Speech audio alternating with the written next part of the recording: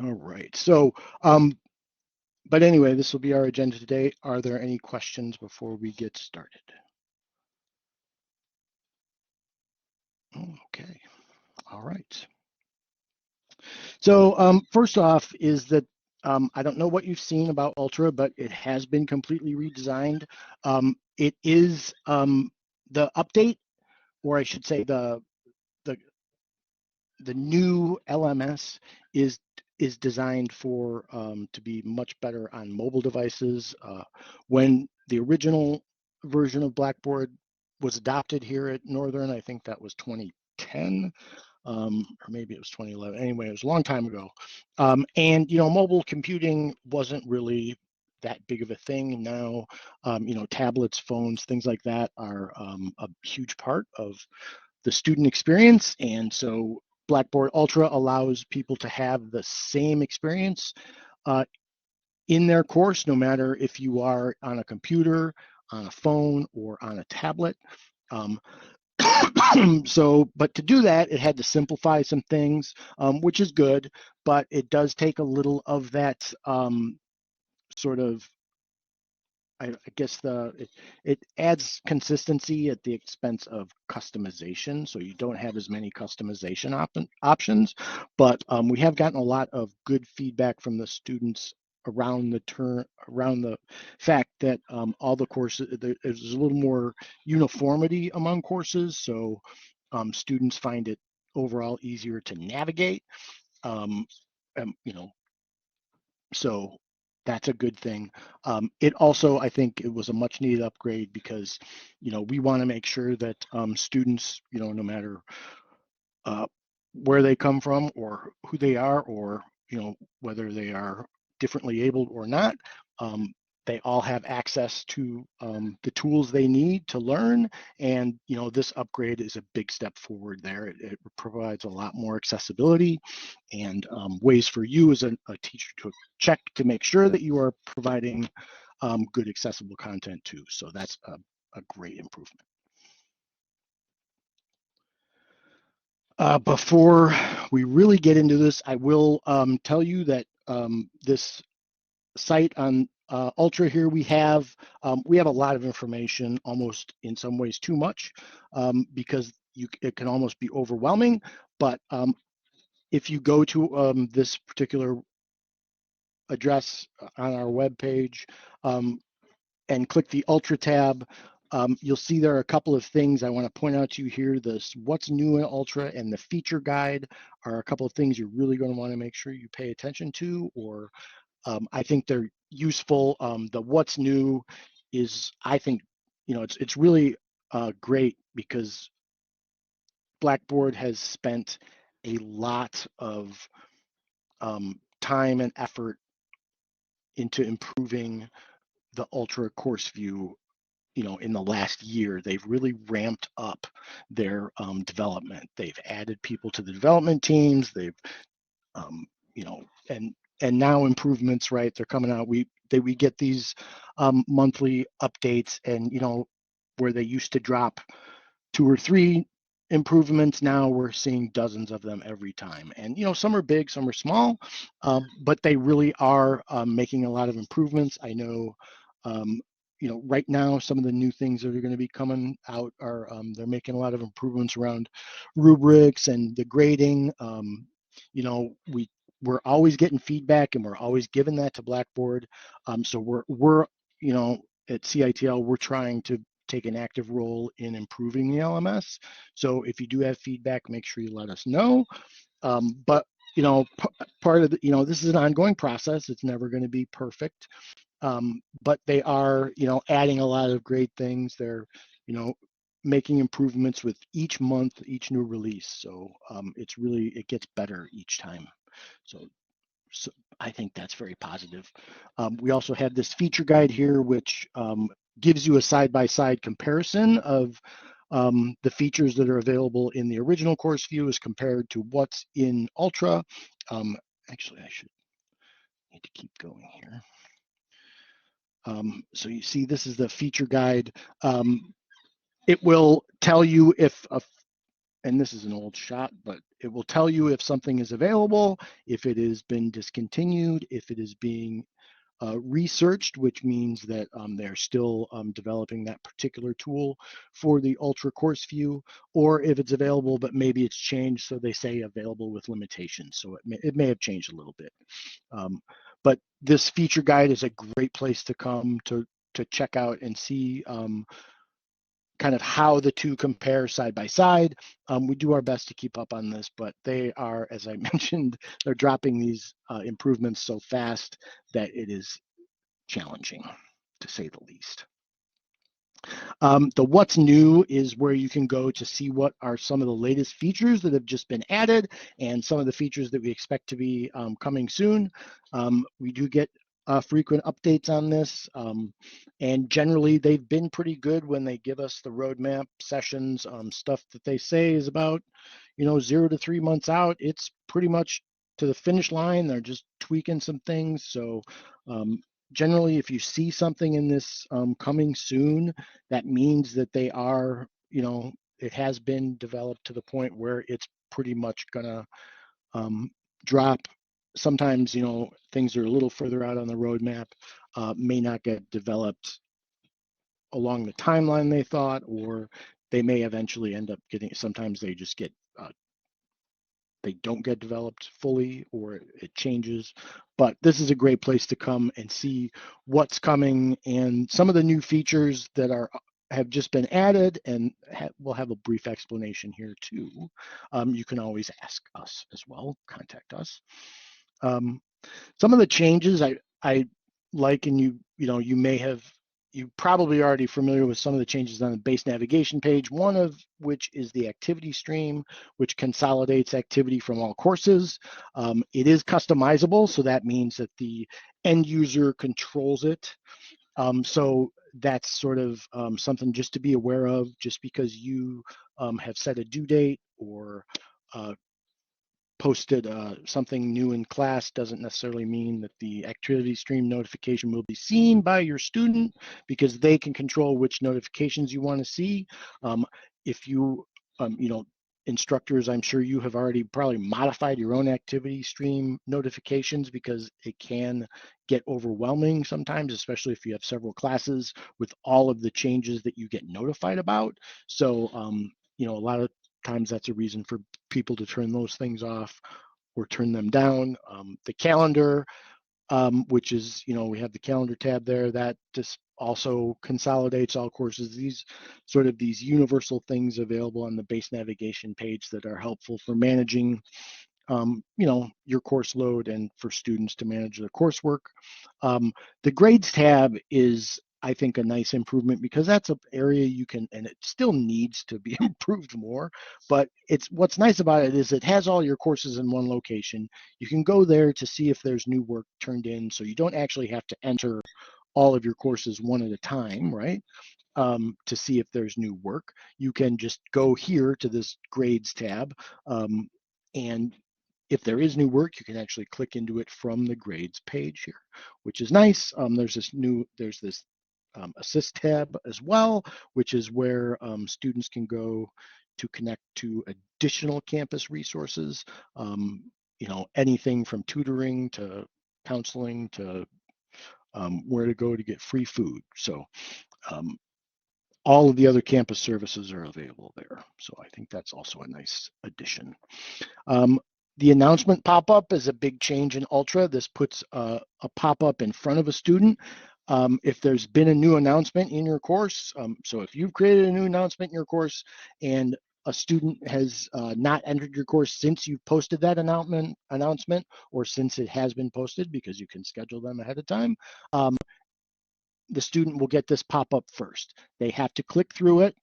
So it's easy to envision a scenario where a student is turning work in at, the last moment before the deadline, and they click through it, but they can always go back to the announcement archive to see them, but it does put it right in front of them. So I think that's a great change. The messages tab is similar to the grades tab, where now you don't have to go to each individual course. to open your messages. You can actually see them all. They are all displayed. All your courses are listed on the message page. Um, so it's all consolidated in one location on the base navigation here. You can click in and create messages by clicking the plus icon. You'll see it displayed.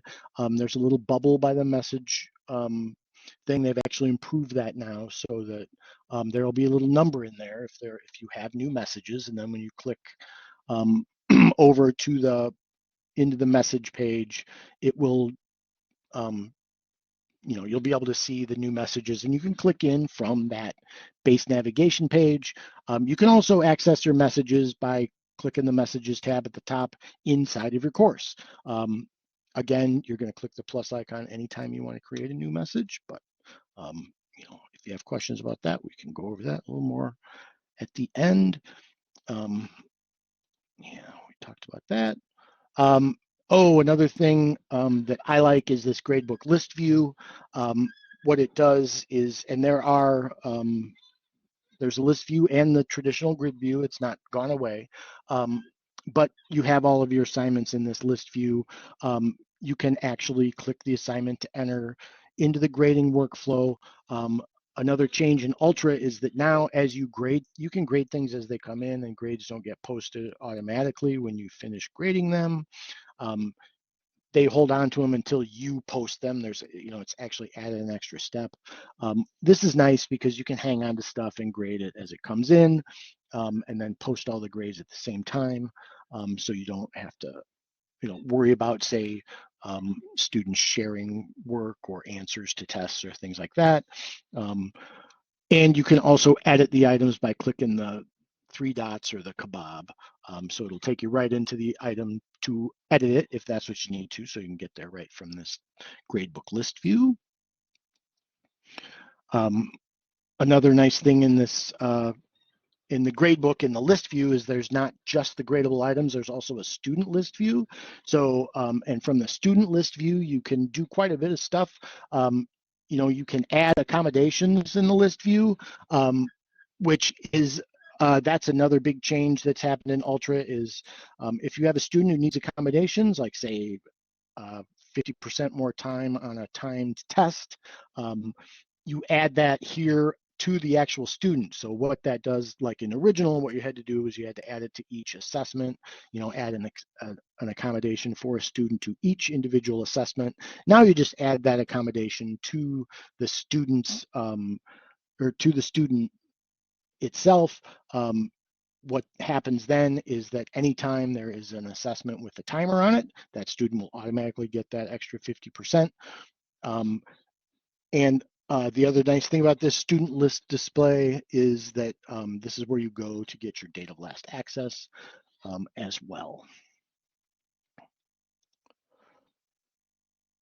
As I said, there is still the gradebook grid view, so all you have to do is click this little icon at the top, the little checkerboard icon, to move it to the gradebook list or gradebook grid view, which is the more traditional type of view. One thing that has changed in Ultra is that you have this overall grade tab, which the overall grade's already set up. So it's not like an original where you would set up your overall grade and you would, or I should say, you would set up a total column, or you could calculate however you wanted. And then you would designate whichever column you wanted as your overall grade. That's already kind of done for you. What you now do is you go in Ultra and you set up your overall grade to however you want it. You can grade it or points. And they do have calculations involved too, if you're interested in that. You can calculate the overall grade with a mix of categories and items. I do recommend that you create categories ahead of time. If you know what categories you're going to need in your course and you do use a weighted system, the categories are a great thing to use. They also allow you to drop scores, things like that. Another great addition, I think, to the gradebook is this automatic zeros feature, especially for a larger class, right?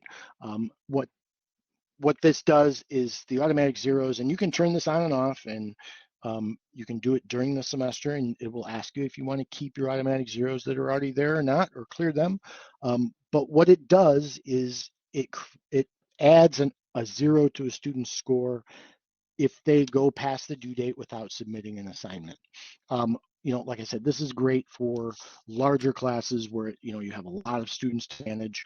It doesn't mean they can't turn something in later, but what it does is it does put that zero in there, and that's nice because it keeps the students' grade up to date. Blackboard calculates each student's grade based on the work that they have turned in. So in a situation where a student hasn't turned in all their work, if they haven't gotten zeros for that missing work, they will still see a grade that reflects the scores they have on the work they have turned in. So if they were doing well, they might still look at their grade and see a B when actually it's probably lower because they missed a bunch of work.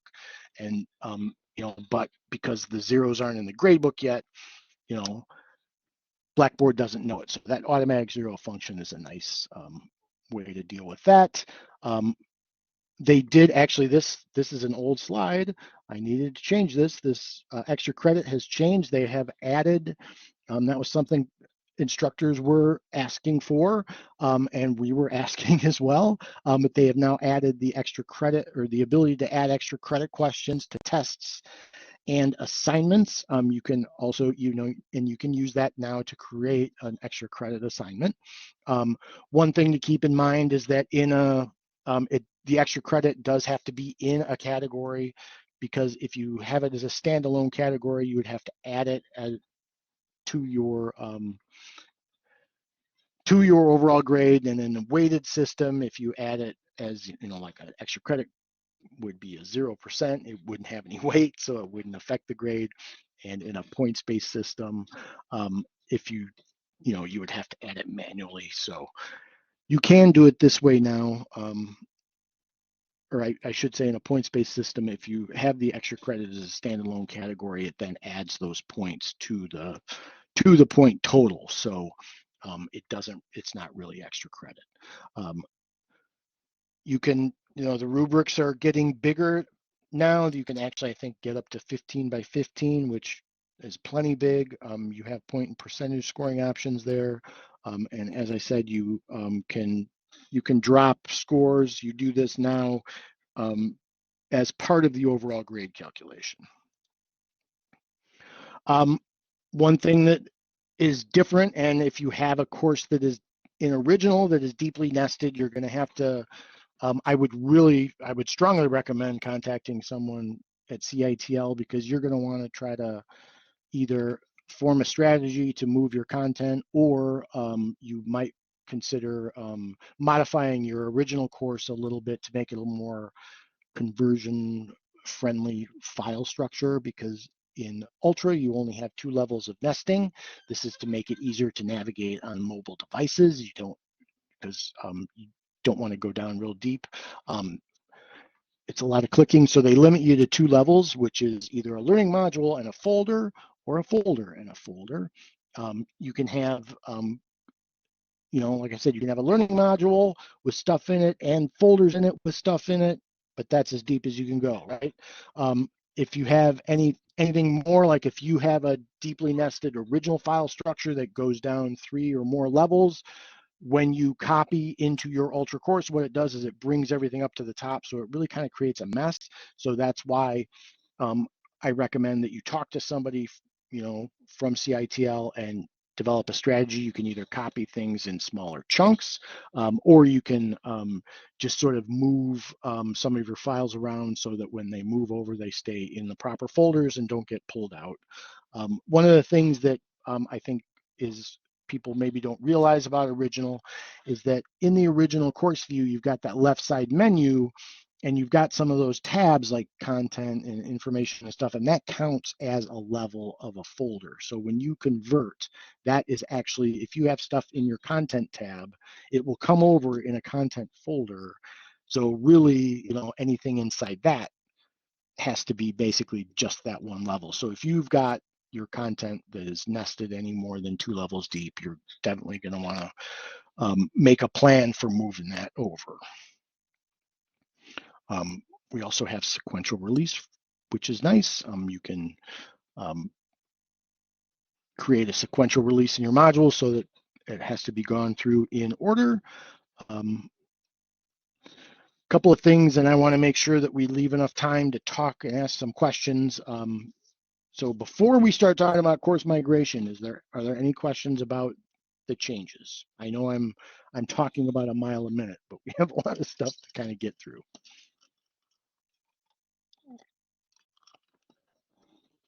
All right, hearing nothing, I will move on. I'm sorry. Oh, I couldn't get my mic or phone turned on. Got unmuted. Quickly, with the migration part of it, will and with the framework of Ultra, does everything, the features such as journals, discussion boards, collaborate, groups, is that pretty much parallel the way it's worked underneath the original? Yeah, Collaborate is still part. That's actually Collaborate's still integrated with Ultra. There were some changes to the journals, so you may want to look into that, but they are still there. Okay. The thing that's missing that we get probably the most questions about are surveys. But you can use a Qualtrics or a Google form, something like that, if you want, to create a survey and link that to your course. Okay. But yeah, no, great question. Anything else? Here's a follow-up. Okay. Each year, Stephanie Richter establishes 2, quote, courses for me in my program that are not, I would say, driven or initiated by my request through the system to create this Blackboard course for my assignment. Will those types of courses, I guess we still call them courses. I don't think they're organizations or communities. Will those transition also, or need to be transitioned? Yeah, everything is going to have to be in UltraView. That includes organizations.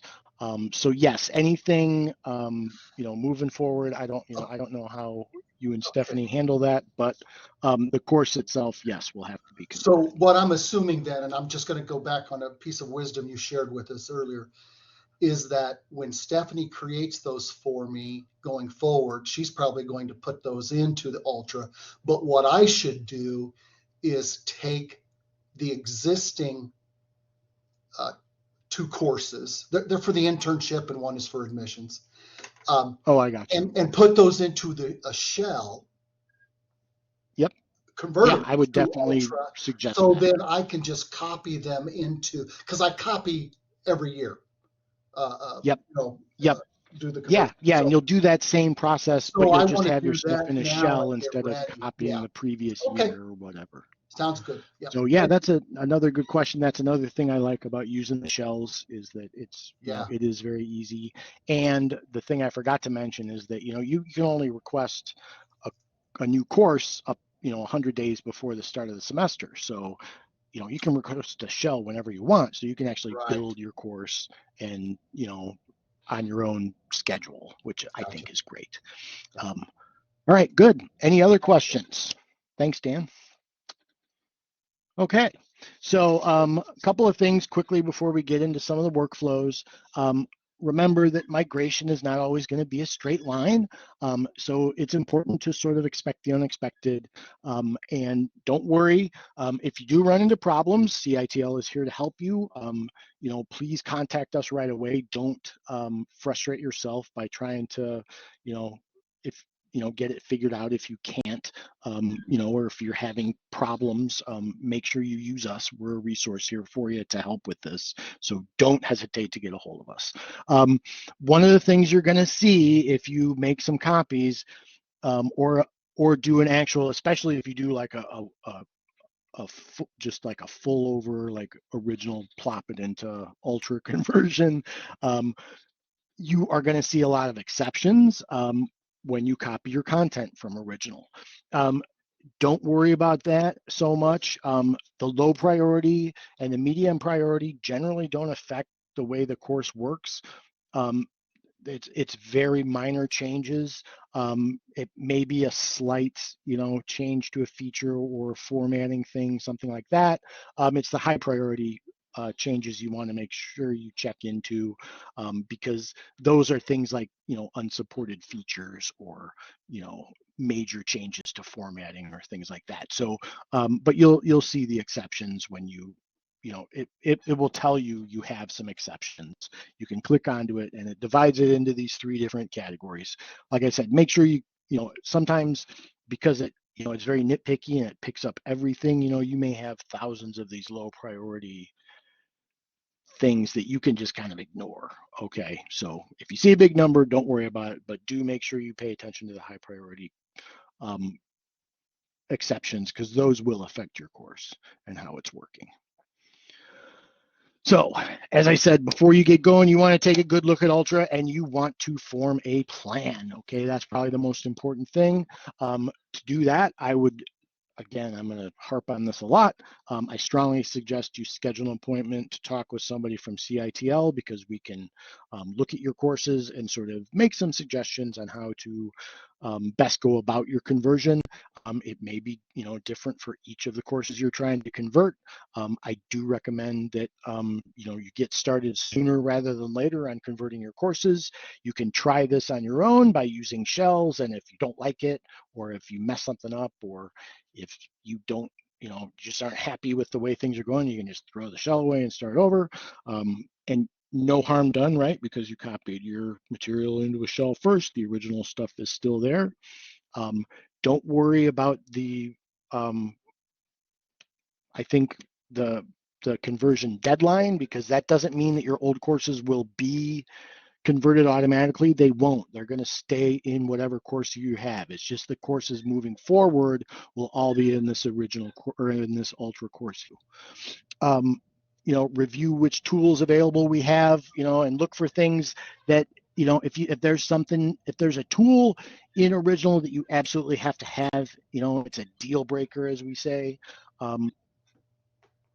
If it's not available in Ultra, again, contact CITL. We will help you find an alternative, or a workaround.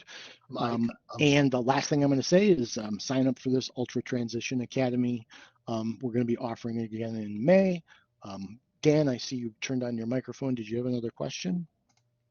yeah, it just reminded me, perhaps the wisest thing that one can do right now, or in that planning preparation, is even though we may not teach a particular course each and every year or each and every semester, if it's in our cycle, it is best Yeah. to do that migration for every single course that we potentially may possibly Yep. teach, and put it into Yeah. a shell so I, we I have it. would say that's true.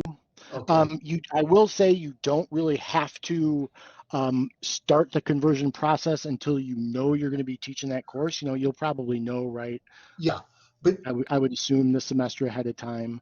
putting So it it's not into necessarily it's not necessary that you convert all of them by this right. deadline that's approaching in terms of when all courses will be in Ultra. But yes, once But that deadline hits, then everything taught moving forward will be in Ultra. So right. But migrating is good, will we sooner rather still than have later. access to that former course Yep. that was in original Yes, everything that's still, there? all of the courses you've taught up to this point will stay Okay. as is. They're not going And to then change. we would then still be able to, at that point in time, do the migration over to the same course Yep, shell, and you then sure do the could. migration. Yep. Is that, oh, okay. So there isn't the urgency to perhaps start putting all of them into shells now. Okay. Makes sense. Yeah, that's I got correct. you. I got you. Okay. Thanks. Yep, no problem. All right, so let's talk a little bit about our course migrations, recommendations. I've sort of hinted around about this, but one thing to consider is a limited copy and conversion when you or a rebuild, right? But what I say um, by limited copy and conversion is just sort of smaller chunks, right? Your, what that does is that that way, like if you, for example, if you have a deeply nested course, what you can do if you copy in your things in smaller chunks, in chunks that aren't deeply nested. So like, let's say you have a something that goes down 3 or 4 levels. If you just pull those bottom levels out and into your course ahead of time, into your ultra course, um, everything will stay in the proper location, and then you can sort of move things around when you get it up there. So you can bring it in smaller chunks, get it kind of put where you need it, put it where you need it to go, and move ahead that way. One of the great improvements in the ultra course view is that you can actually copy in stuff, um, unlike original where you had to copy in entire areas. In ultra you can copy in stuff on a granular level. You can actually copy in single assessments, assignments, whatever. So that is, I think it's a great feature. You can copy in from multiple sources, and the nice thing is you can choose to copy in these smaller things. You can create a whole list of things to copy in, and I'll talk about that more in a second. Another great improvement, I think, in Ultra is you can copy stuff within a course. So if you want to, say, have a pre-test and a post-test that's the same, you can actually, copy that test within the course. So that's nice. And we do have some templates available too. So if you're interested in checking out one of our templates, we do have them for you, or have one available for you. This is nice because it just sort of sets you up, and it gives you sort of some um, a framework to work off of. It has a few placeholders for you, and it has a suggested module structure, which you can then copy in to create as many modules as you want. You as instructors have complete autonomy at this university to create their courses however they want, and that's the way we want to keep it.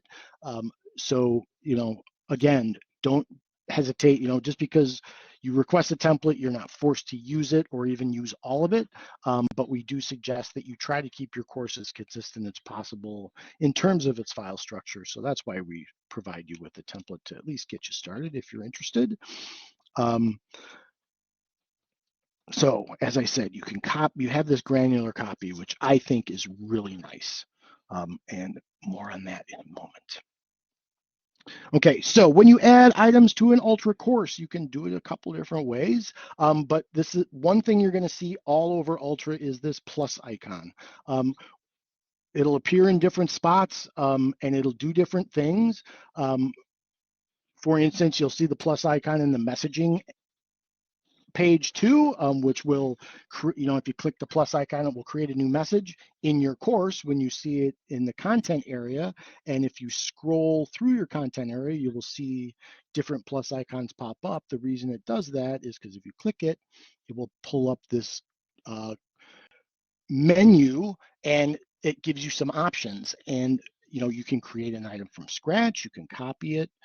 You have a lot of, you can connect to the content market, but by having those plus icons in different places, that means you can actually pull content in or create it in exactly the spot you want it. So when you build your course, you can actually sort of, it's not like in original, when if you created a new assignment in your say assessments area, it was at the bottom of the list. If you wanted it somewhere else, you had to drag it up. In Ultra, you can put things exactly where you want it, which I do recommend, because sometimes dragging stuff around can be a little problematic, although they are improving that. But here, this top one, the create, when on the pop-up menu, you'll click that if you want to create an item from scratch. You'll see this slide out panel shows up, the create item panel, and you have all these options: learning module, folder, etc.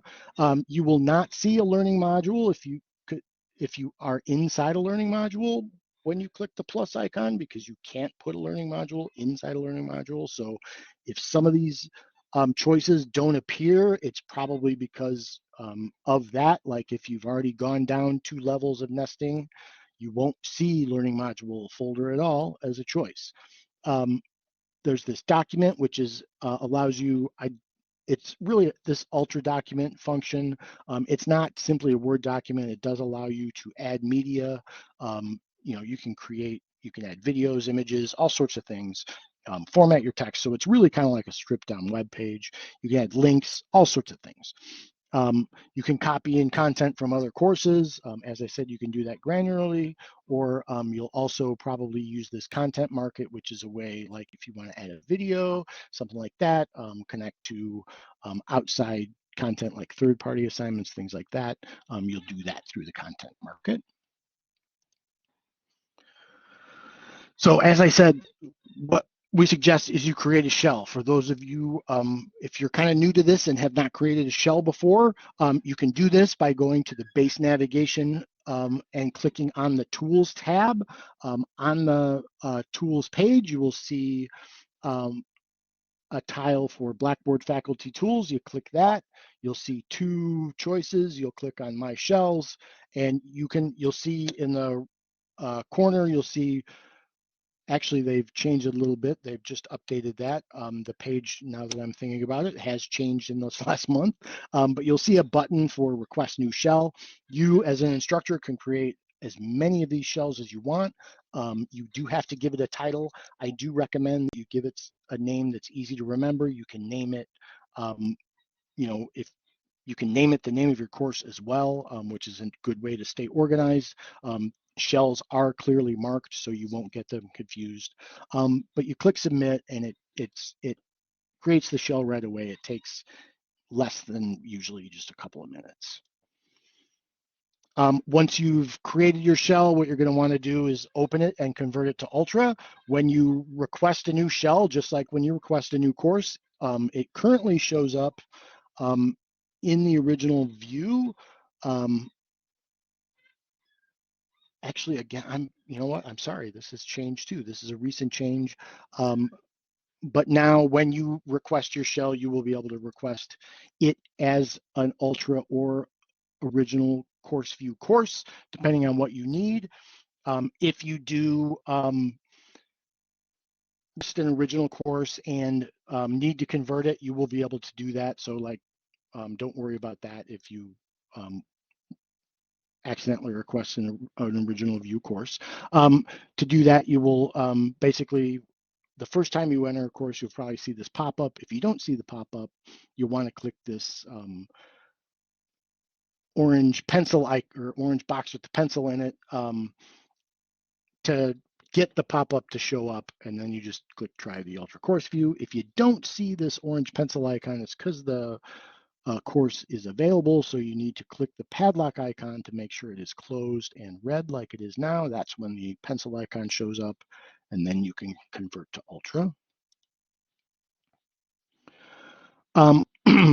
The Ultra option, the conversion happens really fast, especially in an empty course.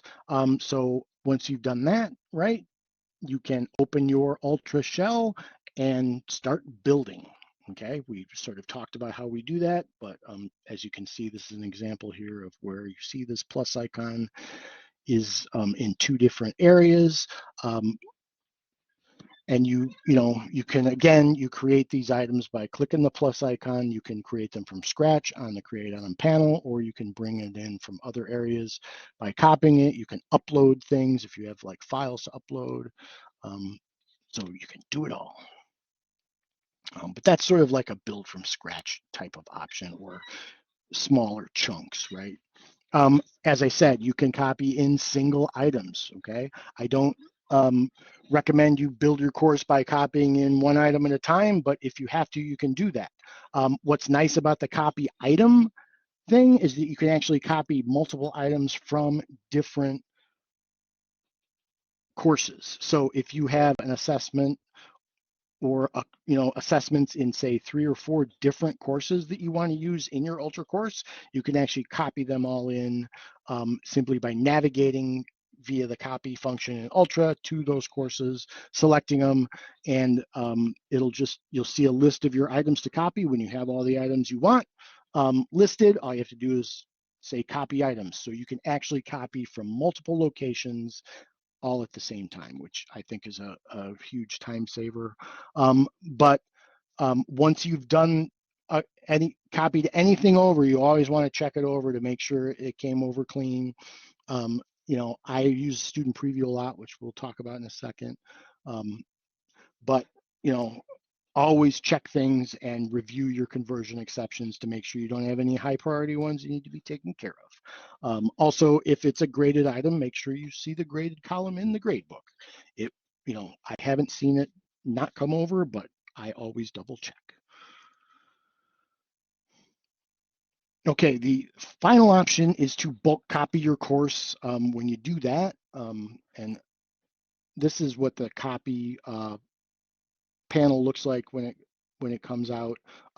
If you just click the box by the title, by the name of your course, it will copy in that entire course in bulk. If you click on this arrow, that's how you go down into your course. So if you would click on the arrow to the right, that'll bring you into the content items, and you'll see your folders and modules listed there. And then you can click into your folders and modules and see what's inside those folders and modules and select any items you need. If you need to get down into it, but if you don't, if you just want to do a big bulk copy, just click that box the first time you open this copy window and it will copy your content over in bulk. That method generally requires some cleanup, although I will say that I've worked with a few faculty members who have had original courses that were set up with what I call a very ultra-friendly file structure, and they were able to do this bulk conversion, and it worked beautifully. I was very happy with the way it worked. But again, these, I don't see that a lot. These are some very special case scenarios. They weren't deeply nested courses, and they were pretty straightforward. They didn't have a lot of different things going on. It was just more for, just like I said, very straightforward in terms of its structure. But generally, a bulk copy will require some cleanup, so make sure you check over everything. But once you've got all your stuff over, you can, adjust your due dates with, we do have a bulk due date function, Ultra, which I can show you in a minute. I also, like I said, I love to use this student preview. I don't know if you guys use this currently in your original courses, but if you do use student preview, it's a great way to check things from a student perspective to see how it looks to them, and make any changes. If you don't like the way something looks or the way an assessment flows, you can make your changes before the students see it, and you get a better idea by going into the student preview of how it's going to look for the students. The other nice thing about the student preview is that you can actually take tests and assessments, and then save that by saving your, when you exit the preview, you'll save your information, and that creates a student user then that you will be able to go, and once you've converted out of the student preview, you'll be able to go back and then grade that work that you turned in when you were in the student preview. After you've graded that work from the instructor side, you can go back into student preview and you can see how it looks then to the student. So you can see how you can see what a student will see on a graded assessment or assignment. So that's another nice way just to check things, how things are, and if they're working the way you want them to work. You do have to post the grade as well. So if you don't post the grade, like I said, that's one of the changes in Ultra. If you haven't posted the grade and you go into student preview and you're like, why can't I see that grade? It's because you didn't post it. But I use that a lot. So finally, and I know we're getting close to the end here, I want to leave some time for questions. If Ultra isn't quite right for you just yet, you do have a little time, but the deadline is approaching, right? The end of this year. After the end of this year, when you order a course, it's going to be an Ultra. You won't have a choice. So, as I said, start creating your shells and get it, get going on it. You don't have to have everything converted by this deadline, but once this deadline hits, you won't be able to teach in original anymore. So just be aware of that. But you know, CITL is hopefully not going anywhere, so we will be available after the deadline as well to help you. Um, but again, I do recommend using the shells, because if you don't like it, you can just create another shell, start with a clean slate.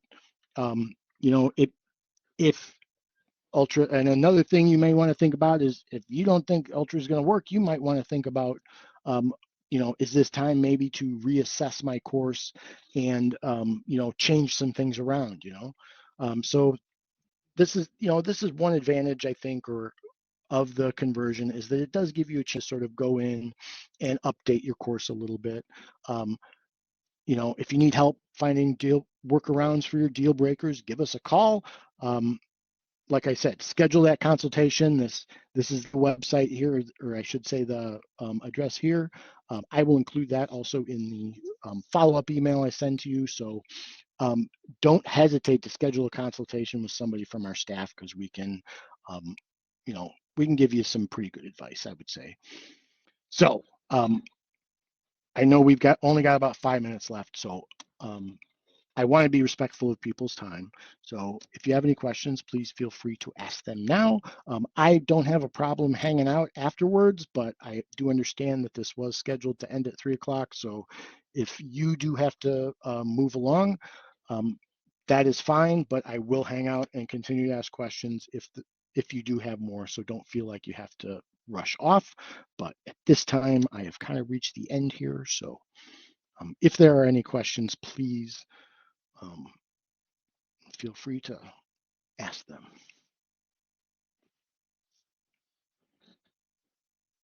Yeah, I know I went through that really fast. I'm sorry.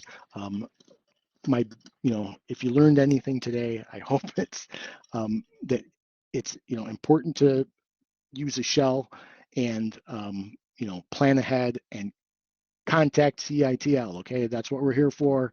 We can make this transition process a lot smoother for you. So please, please, please do not hesitate to contact us if you need help. All right. Well, Yeah. okay.